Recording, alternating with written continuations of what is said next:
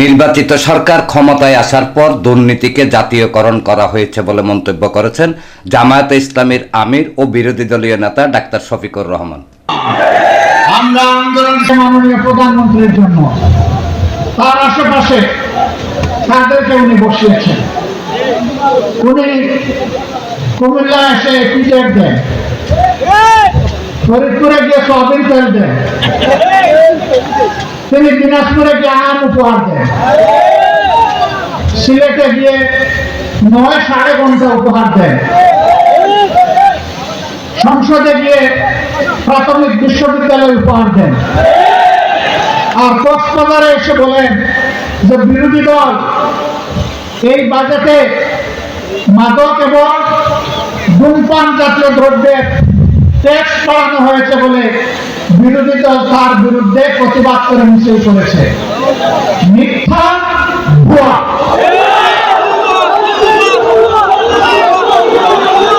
এরকম আর একটা জানা নাই যে এক মন্ত্রী সকল মন্ত্রণালয় চালায়।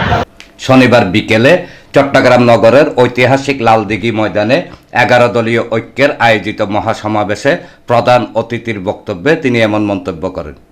সমাবেশে আল্লামা মামুনুল হক, বাংলাদেশ নেজামে ইসলাম পার্টির মহাসচিব Maulana Musa Bin Izhar, liberal democratic party LDP chairman doctor colonel Oli Ahmed বীর বিক্রম, জাতীয় নাগরিক পার্টি এনসিপির আহ্বায়ক ও বিরোধী দলীয় chief whip Nahid Islam MP, খেলাফত মজলিসের সিনিয়র নায়েবে আমির মাওলানা সাকাওয়াত হোসেন, বাংলাদেশ লেবার পার্টির chairman doctor Mustafizur Rahman Iran, জাতীয় গণতান্ত্রিক পার্টির সহসভাপতি ও মুখপাত্র ইঞ্জিনিয়ার রাশেদ প্রধান, বাংলাদেশ ডেভেলপমেন্ট পার্টির chairman advocate AKM Anwarul Islam চান এবং আমার বাংলাদেশ পার্টির সাধারণ সম্পাদক ব্যারিস্টার আসাদুজ্জামান ফুয়াদ সহ আরও অনেকে বক্তব্য রাখেন।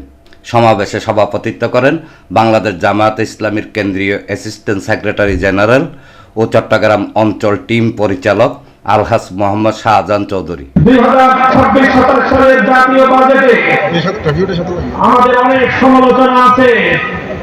আমরা আমাদের সমালোচনাগুলোকে যথাযথ যৌক্তিক ভাষায় সংসদে এবং রাজপথে আমরা উত্থাপন করছি এবং করেই যাব।